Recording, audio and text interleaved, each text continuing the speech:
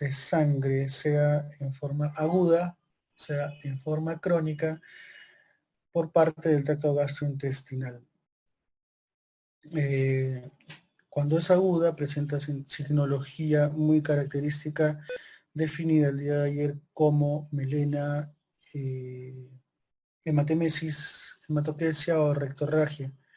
Y si es que es crónica, normalmente el tipo de presentaciones con heces, sangre oculta en las heces, para lo cual necesitamos exámenes auxiliares específicos para detectar la presencia de hematíes y así poder determinar la presencia de hemorragia digestiva ante una anemia sin explicación de otro tipo.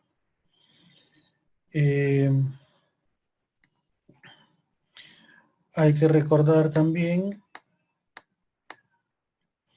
la clasificación hemodinámica de las hemorragias digestivas, que si bien es cierto, más va para las hemorragias digestivas altas porque son más frecuentes y son las que son mucho más masivas, pero también podemos adecuarlo a la hemorragia digestiva baja en algunos casos que son masivos, no con las pérdidas sanguíneas y la sintomatología clínica o signología clínica que encontramos en el paciente en los grados de leve, moderada, grave o masiva, de acuerdo a la presencia o no de shock o de descompensación hemodinámica del paciente. En este caso sería un shock hipovolémico.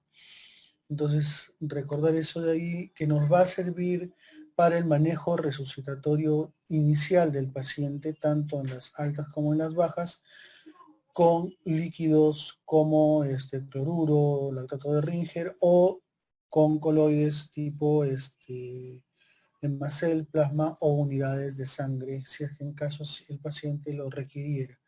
Se recomienda, les recuerdo, la transfusión sanguínea de emergencia en pacientes que tienen por debajo de 8 o 7 de hemoglobina, en pacientes no cardiópatas y en pacientes con insuficiencia cardíaca o procesos de antecedentes de enfermedades cerebrovasculares, siempre mantener la hemoglobina por encima de 10. Entonces, en estos pacientes una hemoglobina por debajo de 9 ya es tributaria a transfusión sanguínea.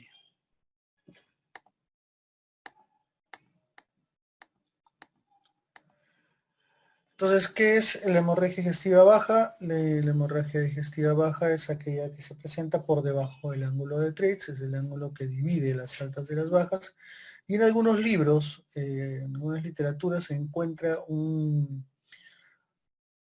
definición de hemorragia digestiva media, la que le dan justamente a la que está entre el ángulo de Treitz y la válvula iliocecal, donde corresponde todo el intestino delgado. Si bien es cierto, no es una definición que se encuentra en todos los libros o aceptada, no es una definición que ayuda más que nada para el manejo diagnóstico y terapéutico de estas hemorragias digestivas, toda vez de que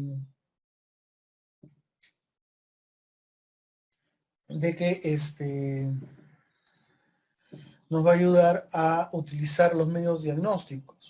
Como saben, la hemorragia digestiva baja normalmente se utiliza el colonoscopio o el proctoscopio que llegan hasta la válvula ileocecal, y para las altas el endoscopio. Entonces nos queda un largo tramo de aproximadamente, como sabemos en el adulto, 8 metros de intestino, donde puede haber hemorragias que, si bien es cierto, son escasas. En este caso, como dice la literatura, un 5% de todas las hemorragias gastrointestinales pueden dar errores diagnósticos y fallas en el tratamiento.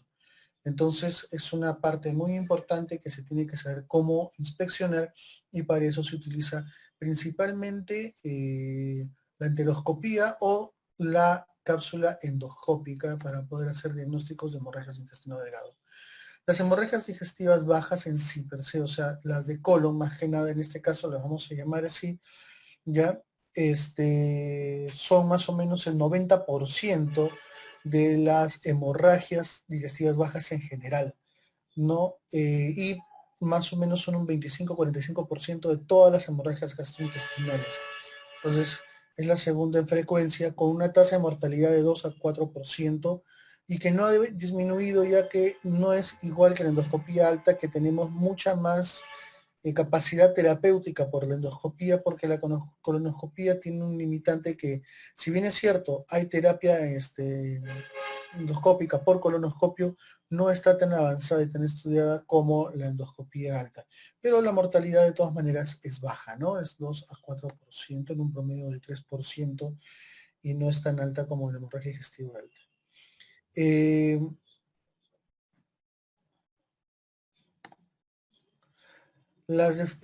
cuanto a la etiología, perdón, me salté de acá. En cuanto a la etiología de las hemorragias digestivas bajas, hay que ver también la edad, ¿no? Para poder definir el cuadro etiológico, siendo así que en niños y adultos jóvenes más frecuente es el divertículo de Meckel sangrante.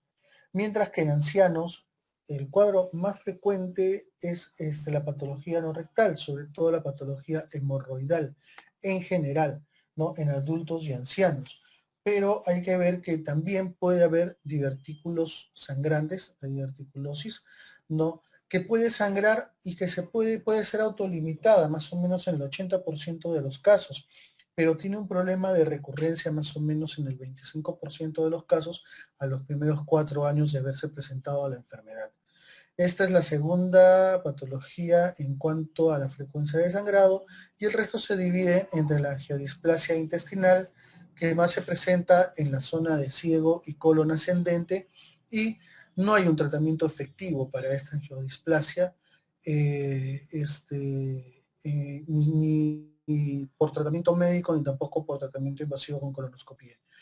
La otra en frecuencia es la colitis isquémica o la colitis en general, ya, pero la colitis isquémica en sí es causada por una disminución brusca del tránsito del flujo sanguíneo mesentérico y ocasiona un dolor intenso. Entonces, en cuanto a la sintomatología, una hemorragia digestiva baja más dolor cólico o más dolor agudo, no sería sospechar una colitis isquémica sangrante. El cuadro clínico de estas, repito, aparte del dolor abdominal y la rectorragia, puede haber hasta diarrea.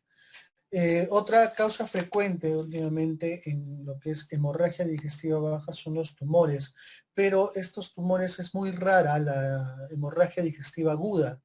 El sangrado agudo es raro, ¿no? Y más que nada se caracterizan por una hemorragia crónica, con sangre oculta en heces, por lo cual tendríamos que hacer estudios como TB, ¿no?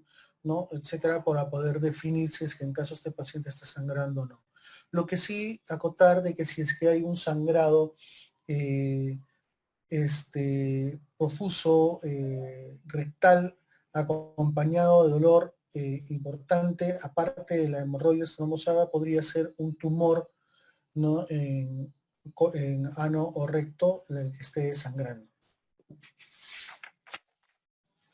En cuanto al cuadro clínico, primero las definiciones, nuevamente para repetirlas, ya saben, la rectorragia es un sangrado rojo brillante, muy aislado de la defecación, es una sangre fresca, recién emitida, ¿no? Por la ruptura de las hemorroides o las fisuras anales. Entonces el sangrado es muy semejante al de una herida común y corriente, ¿no? La hematoquesia es un color rojo vinoso un poco más oscuro, porque es ya sangre que no es fresca, sino ya de repente es guardada un poco y digerida un poco en el colon, y por lo general va mezclada con las heces, lo cual va a dar heces rojo vinoso, ¿no? Rojo vinoso, y estos son por origen en colon o intestino delgado inclusive. ¿Puede haber melena? Sí puede haber melena. La melena se puede presentar en pacientes, por ejemplo, en pacientes con hemorragias de intestino delgado, pueden presentar melena en un tránsito un poco lento, ¿ya? O si no, hemorragia de bajo débito también en el colon ascendente. Pueden presentar ese tipo melénicas. Entonces, ya bajo estas definiciones, lo que tenemos que hacer nosotros es buscar eso de ahí en la anamnesis, preguntarle al paciente las características de las heces. La ingesta de medicamentos y daños también es importante, ya que pueden haber sangrados, la recurrencia de estos sangrados, ¿no? Y si es que hay, repito, dolor, para descartar isquemia o inflamación acompañada de una hemorragia digestiva. Si es que nosotros encontramos rectorragia, es obligado el tacto rectal, ¿no? Más que si es que hay hematocresia, si es que hay rectorragia. ¿Por qué? Porque tenemos que definir si es que es hemorroides, es tumoración o es una fisura anal o rectoanal la que está presentando el paciente para presentar la rectorragia. Entonces es obligado también el tacto rectal, al igual que cuando encontramos melenas. Las exploraciones complementarias, perdón, las exploraciones complementarias que nosotros vamos a hacer del paciente ya son, bueno, los exámenes auxiliares importantísimos en relación al diagnóstico presuntivo que puede ser la causa de la hemorragia digestiva. Eh, el índice urea creatinina, como hablamos en la parte de hemorragia digestiva alta, no, si es que es menor de 100, entonces no podría definirse como una hemorragia digestiva alta, sino más que nada como una hemorragia digestiva baja, en caso de tener la duda diagnóstica o la presencia de melena, o también hematocresia con tránsito intestinal elevado. Eh, Luego, para determinar la gravedad y el origen del sangrado, tenemos la proctoscopía, que se puede utilizar para hemorragias digestivas bajas tipo rectorragia, ¿no? Pero ojo, es cuando después de hacer el tacto rectal nosotros podemos definir mediante eso que puede haber una fisura o una tumoración o un hemorroides, porque si no lo que se recomienda es comenzar con la colonoscopía, que nos va a ayudar también para evaluar el tracto anorrectal, ¿no? Pero nos va a ayudar a recorrer todo el tránsito colónico, que es lo más adecuado para poder iniciar el estudio de una hemorragia digestiva baja. Esta colonoscopía permite identificar las lesiones más o menos en el 97% de los casos. Ya, y lo que sí es importantísimo decir es de que en hemorragias con sangrados muy profusos, pero sin definición no exacta de la signología clínica, lo importante es comenzar con una endoscopía alta y continuar con una colonoscopía. Ya, porque les repito, cuando es muy profuso el sangrado, puede haber signos que nos hagan pensar en hemorragia digestiva baja, pero el sangrado puede ser definido desde la parte superior del tracto digestivo. Otro examen importante es la gammagrafía con radioisótopos, que nos va a localizar la lesión más o menos en el 20 a 40% de casos, tiene mucho menos sensibilidad que la colonoscopía, ¿no? Más o menos entre 85 y 90, mientras que la colonoscopía excede los 95%, pero la sensibilidad es muy importante de esta gammagrafía para el divertículo de Meckel. Entonces sería importante de repente para jóvenes adolescentes comenzar con una gammagrafía con radioisótopos antes de una colonoscopía si se sospecha diverticulitis por divertículo de Meckel. Otro examen que nos puede ayudar es la arteriografía, pero está indicado para hemorragias que tienen un débito mayor de 0.5 mililitros por minuto, si no, no nos ayudaría en mucho. Pero los inconvenientes de esta arteriografía, ya que se utiliza contraste, es la anafilaxia o la insuficiencia renal, o pacientes con insuficiencia renal que no van a poder evacuar el contraste y puede ser perjudicial para este tipo de pacientes. La tomografía también nos va a dar una sensibilidad superior del 60% bien determinada, pero es más útil para evaluar tumores, pólipos, divertículos o varices colónicas, si es que en caso se sospechan de esto. Para el intestino delgado, repito, se puede utilizar la enteroscopía, pero lo que se está utilizando bastante es la cápsula endoscópica, aunque realmente tiene dos problemas, ¿no? Uno, que la cápsula endoscópica no permite un tratamiento adecuado, o sea, no es un examen que nos pueda ayudar al tratamiento del paciente, y segundo, tiene ciertos déficits en la localización exacta del punto de sangrado. Entonces, pero ahorita pues es lo más adecuado para el diagnóstico de hemorragias digestivas que parten de intestino delgado. Muy bien. En cuanto al tratamiento, el tratamiento que se utiliza pues es el tratamiento general, ¿no? Las hemorragias digestivas bajas son mayormente autolimitadas. La gran mayoría son pacientes que no tienen déficit de compensaciones hemodinámicas y que pueden ser manejados en domicilio, ¿ya? Y se trata la causa de base, pues es un tumor, Si es que es una angiodisplasia, en algunos casos, cuando hay mucho sangrado, se podría proceder al tratamiento quirúrgico o, si no, solamente tratamiento endoscópico con colonoscopía con sustancias esclerosantes de las zonas de sangrado. No hay un tratamiento específico farmacológico para esto, salvo antiinflamatorios, en caso hubiera inflamaciones hemorroidales y emplastos locales, ¿no? Muy bien, muchachos. Como les dije, es un tema muy corto de qué hablar. Ya, si tuvieran alguna pregunta del caso, por favor, háganmela saber ahorita. ¿Listo? Los dejo para las preguntas respectivas.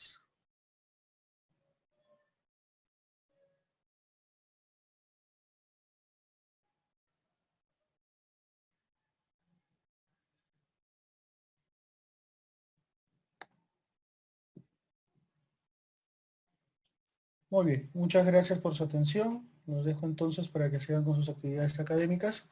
Y con esto se ha terminado toda la parte de hemorragias gastrointestinales. Muchas gracias. Hasta la próxima.